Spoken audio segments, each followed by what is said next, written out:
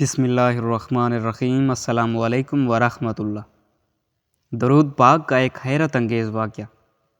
ایک بہن کہتی ہیں کہ میری ایک سہیلی تھی، اس کے 2 چھوٹے چھوٹے بچے تھے۔ اچھی خاصی زندگی گزر رہی تھی کہ اچانک اس کو ایک بیماری لگ گئی۔ بیماری اتنی شدید تھی کہ بڑھتی جا رہی تھی۔ اس بیماری کو کینسر بھی کہا جاتا ہے۔ یہاں تک کہ اس کے سر کے بال وغیرہ بھی اترنے لگے تھے۔ وہ بہت زیادہ لاغر اور کمزور ہو چکی تھی۔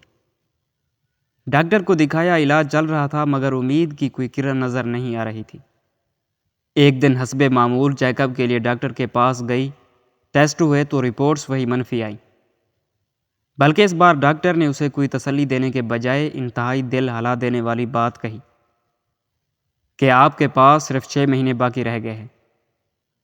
آپ کی بیماری ناقابل علاج ہے اور اگر ادویات دی جائیں تو زیادہ سے زیادہ 8 ماہ تک آپ زندہ رہ سکتی ہیں۔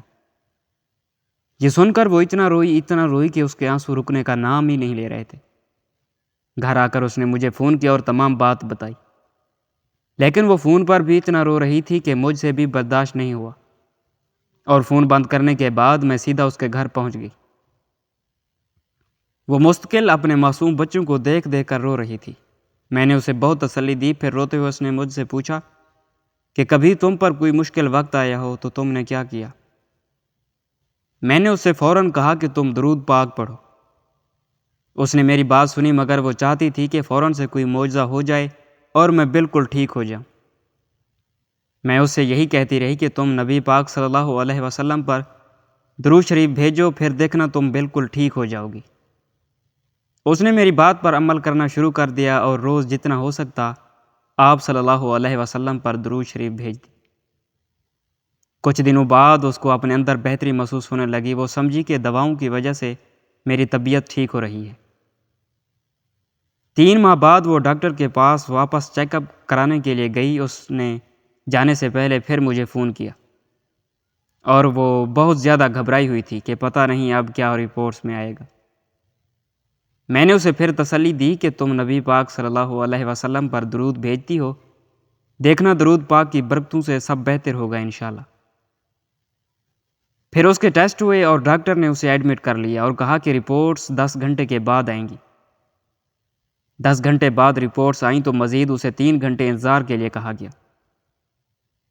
اسی اثناء میں وہاں سے لیب ٹیسٹ والوں کا گزر ہوا تو انہوں نے اس کو دیکھا اور ایک دم رک کر اس کا نام پوچھا، اور پھر اس کے شوہر کا نام پوچھا۔ پھر وہ حیرت سے آپس میں سرگوشی میں کچھ کہنے لگے کہ رپورٹس تو انہی کی ہیں، اور اسے کہا کہ آپ میرے ساتھ اندر ڈاکٹر کے پاس آئیں۔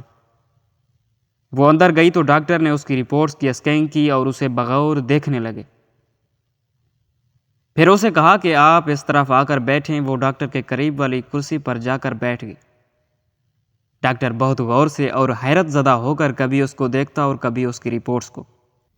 پھر ڈاکٹر نے پوچھا کہ آپ کہیں اور سے بھی علاج کروا رہی ہیں کیا؟